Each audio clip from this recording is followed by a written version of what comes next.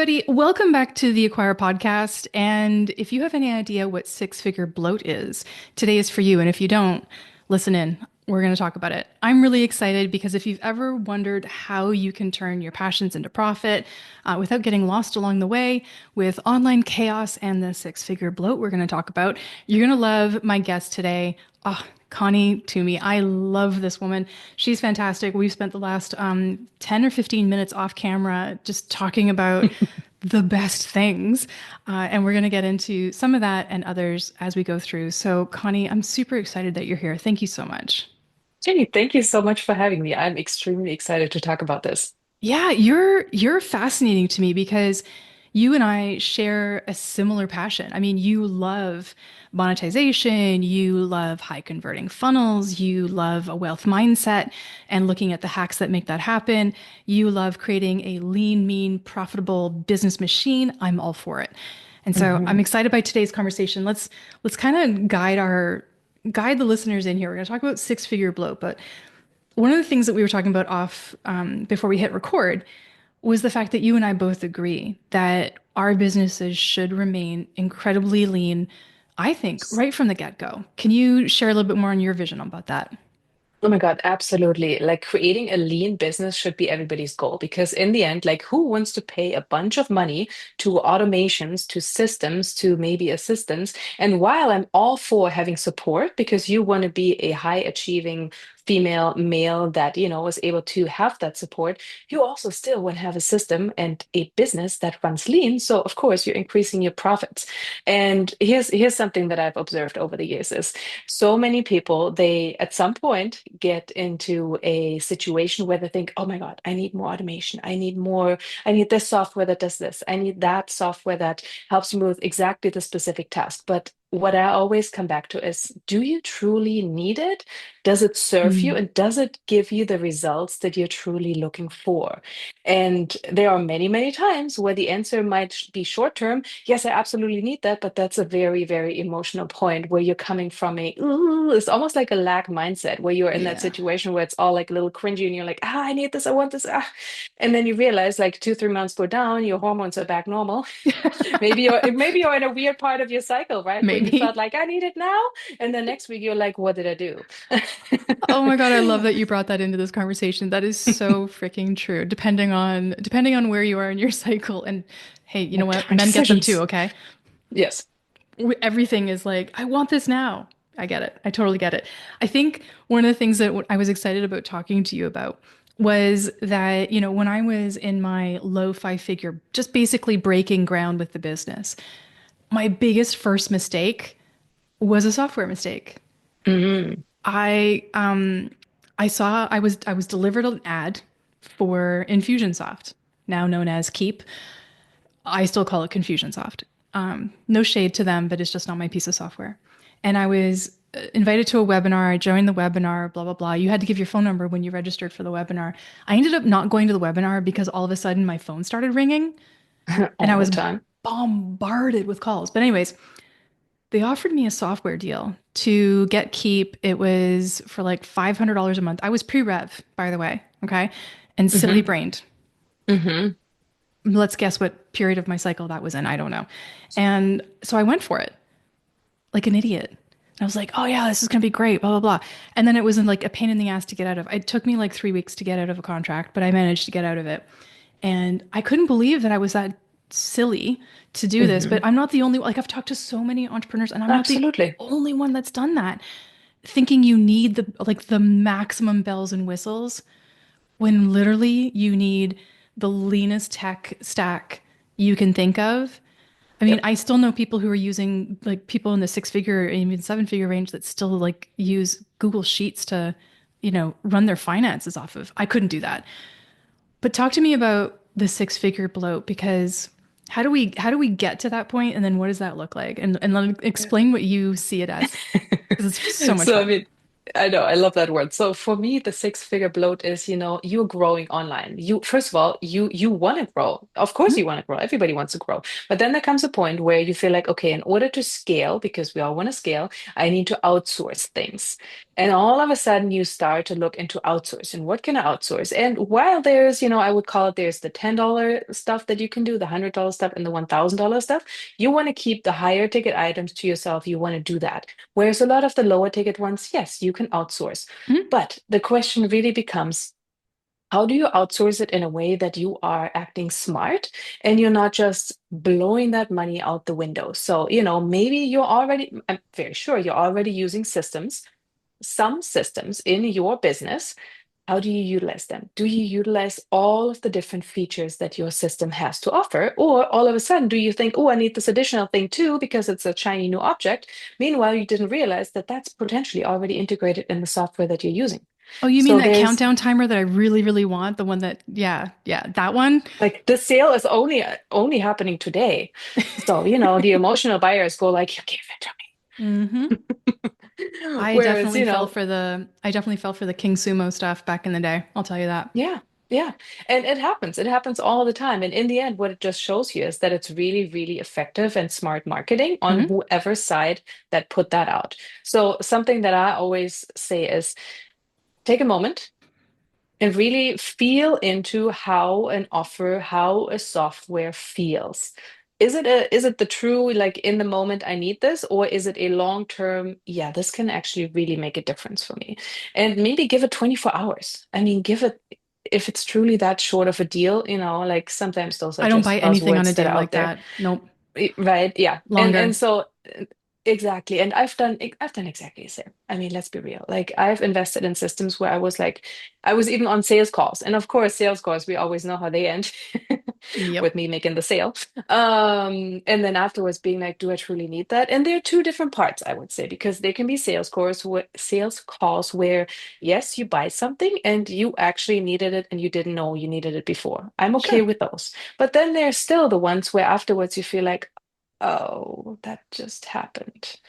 And it's always the ones where, if you feel like that, see if you want to get out of it. Does it make sense to get out of it? Does that software truly support you or not? And so the six-figure bloat is really that feeling of I need it, I need it, I need it. I want to scale, but all of a sudden I have all these things. I have lost track of what's going where. I'm bloated in terms of my base of my business. And all of a sudden, instead of going faster, you're almost creating that hurdle for yourself where it's like, Oh, ugh, yeah. this just happened. And now it's actually feeling like I need yet another assistant to run the software that I bought or something like that, which has Yeah. happened to me before. Yeah. Um, yeah. Well, I think I mean I agree with you on what like a six-figure bloat is for sure. I know that the clients that I've seen this happen to, it's almost they get to a certain level and they go, okay, I'm making X amount of dollars per year.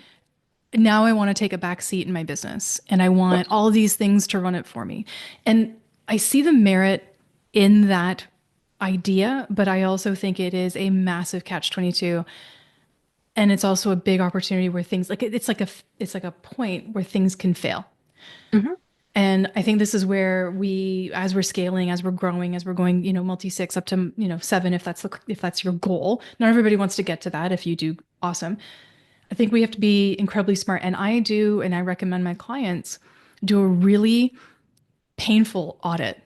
Like I'm mean to myself in my audit, right? Hmm. I'm my biggest enemy in my audit because I'm like, do you really need this? And I like slash and burn if I need to, right? Yeah. And I've had to do that many times because you do end up with something. And I'll give you examples. Like my tech stack has changed massively, especially in the past 16, 18 months Hmm. in order for me to scale. But I'm Yep. actually spending less money to do it. So I'm actually saving Right. $450 USD per month with my new tech stack, which I can put towards ads. Actually, Hmm.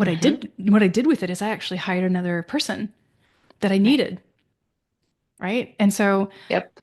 what I love to get into, and I want your opinion on this is, you know, what are your must-haves in your own tech stack? And what are things like, what are pieces of software? And you don't have to name names if you don't want to, Yeah. but what are pieces of software that you were like, I really need this, and now you're like, I have no, get rid of it. And I'm not talking about people, I'm talking about software. Yeah, yeah.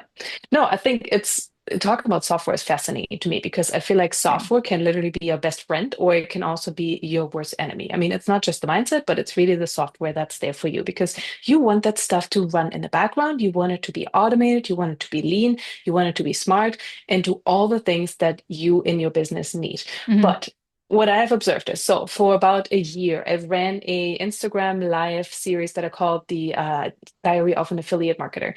And that was really, really fun. It was almost like a little podcast, but it was all on social media. And then after you're not so aligned with that anymore, that's okay. But I'm somebody that loves data and I love to analyze and I love to collect data points along the way. So Me that's too. just me. Yep. And so over this year that I did this, let's call it a Instagram podcast, I went back to the people that I had on there and I was like, hey, how are you doing right now in your business? What's working? What's not working? And I just thought of a way to, collect all that data. And first of all, what I found really, really interesting was that more than 80% were not doing what they were doing before. And I was like, ooh, that's a big number. And so I was like, what happened? So same thing, follow up. And I found out that so many of them were not doing what they were doing because of their software. I was like, Really? damn, yes, yes. What? Yes. And this is why I'm such a geek about the software and setting it up the right way, because that was a very shocking number to me. That's And crazy. so, yeah, and I'm not necessarily sharing what they were using, but I think especially for those that are little new, and I know most of your listeners might not be, right? In the beginning, if you start out and you invest in all these expensive softwares that someone else likely recommended to you and said you really, really need that, be that judge for yourself that says, be mean to yourself and ask Yeah. yourself, do I need this? Should I maybe look into other options? Because while I love recommendations, so many of these recommendations that I especially get in my line of work are associated with affiliate links. And while there's absolutely no shame about that, I always say make sure that it's the right fit for your business because if it's not, then it doesn't really matter if it's a recommendation or not. Make sure it's a good fit for what you're doing. So that's where I started to look into okay, what kind of softwares were they using? Why is this not working anymore? And I want to do it better for those that want to grow online and create something that actually supports them and not just lets them, hang there dry and not do what they love anymore because of software. So Yeah. enough What? soapbox. Yeah, no, get on their soapbox. This whole podcast is a soapbox, okay? We're all good with it. In your own business, how many times have you gone through a new software iteration? How many times have you like Mm, changed up? Like I'll give you an example. I started with Mailchimp, went to Aweber, went to ActiveCampaign, now I'm with GHL. I still use Zapier. I was a ClickFunnels expert, moved everything over to GHL, and that was my big cost savings. But it was also an expansion piece. The mhm, like the amount of automations I can do is insane. I'm not yep, saying GHL is the end all be all for all people, but for me, it's been a really fantastic tool. nice. Now, when you look at your business, how many changes have you kind of made in order to, like you said, when you no longer feel aligned or you grow, it Mhm. changes. So Mm, where are you at? absolutely. Yeah, same thing. I started out with ClickFunnels and Aweber, got rid of both of those, switched over to System.io. Absolutely love the software. Love, Mm, love, love it. I do everything in it. I create my summits in it. I have all of my funnels in it. It just started to integrate my Calendly as well, even though I haven't switched over. But that's one of those things where I was like, oh my goodness, now even my calendar bookings can be in here, and it's not yet another thing that charges me on the side.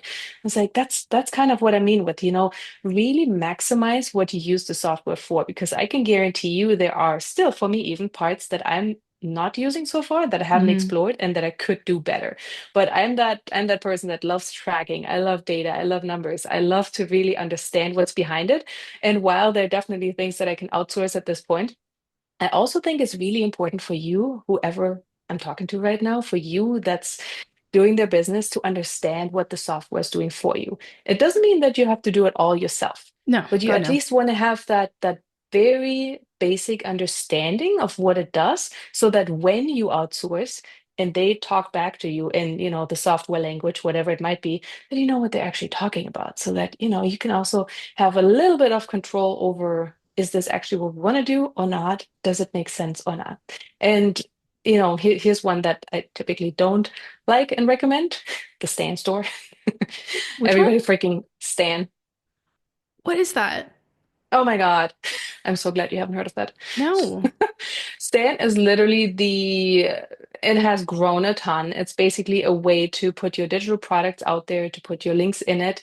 Um, Oh, yes, I know what it is. I link know. link in Yep. bio, Yep. right? And you have Yep. all Yep. the Yep. different things. Yep. I Well, see it. it's not so great because all of your emails and the spam of someone else's folders. So does it truly serve you? I would say no.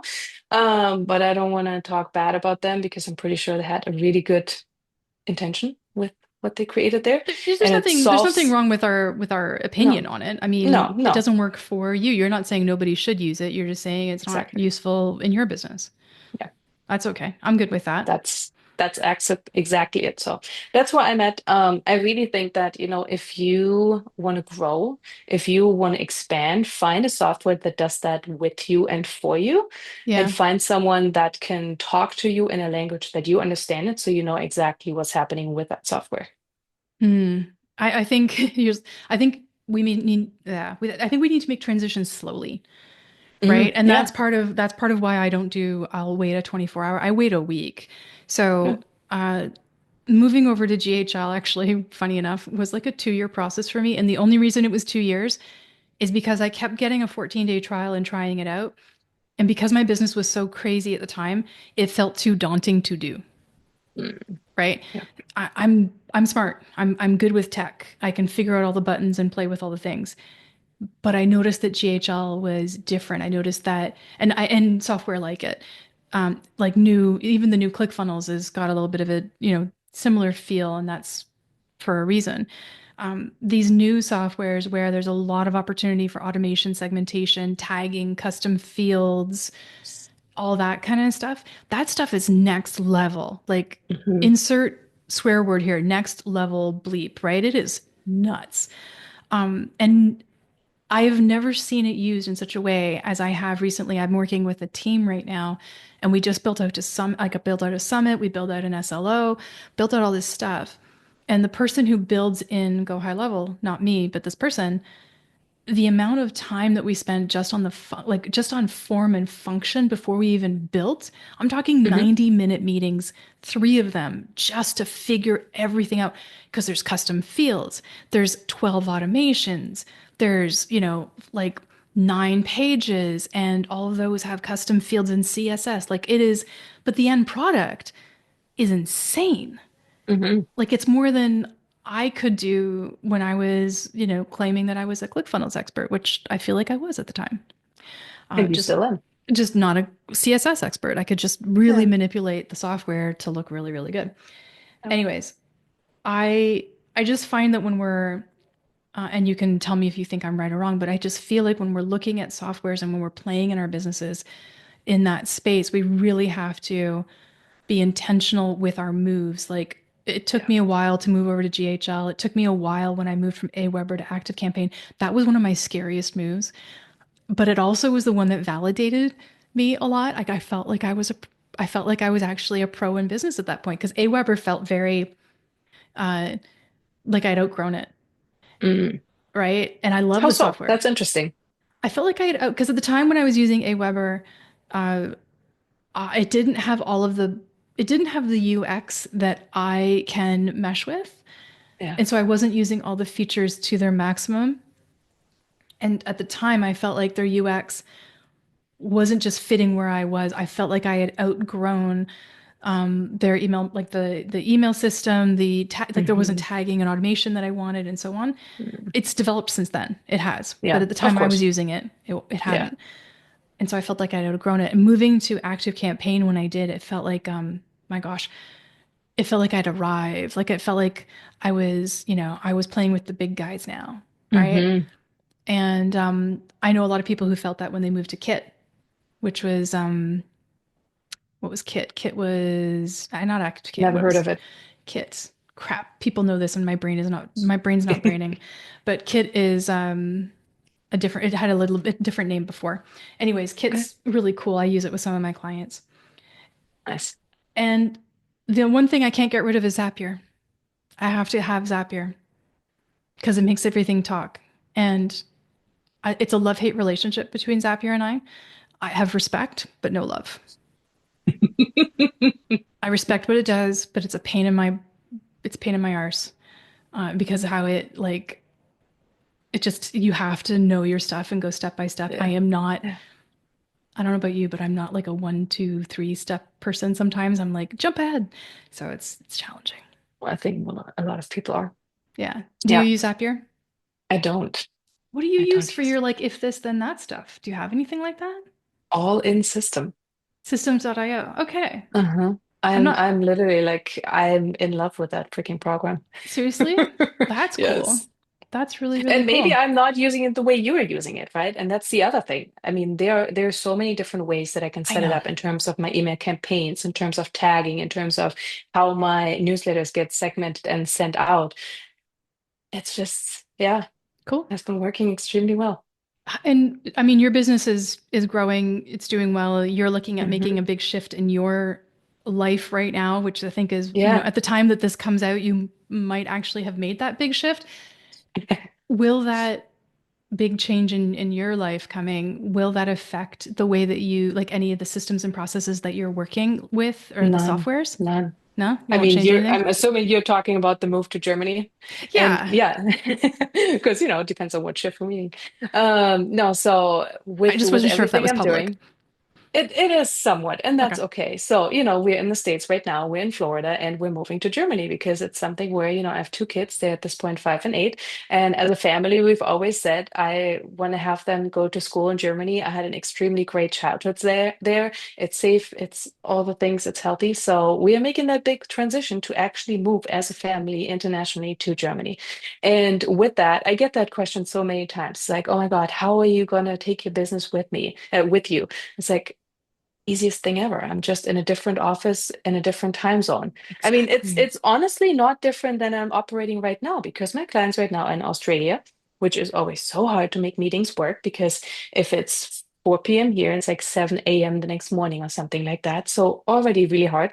Yep. Now I have clients in the Netherlands and clients in the UK, then the US. Yes, it's different time zones, but in the end, it's just a Zoom Location. meeting in a different time zone, and it's still me, probably a different background, but that's really it. Like I'm still supporting my customers, I'm still supporting their needs, I'm still helping people with their mindset shifts to really grow that mindset and create that wealth. So it's just so and Exactly. my softwares are coming with me. My LLC stays in the United States. Um, just to get nitty-gritty here and how this works. Yeah, no, it's I'm Yeah, fascinated yeah. by it personally. I'm I mean, the fascinated big by thing it. is I really need good internet. Let's start there. And I was actually in Germany 2 weeks ago. I mean, at this point, so whenever this is airing, we were there in March. But I went to the local telecom company and I was like, okay, what's the fastest internet we can get here? Because that's something I need. Right? As long as I have Absolutely. that, we're good.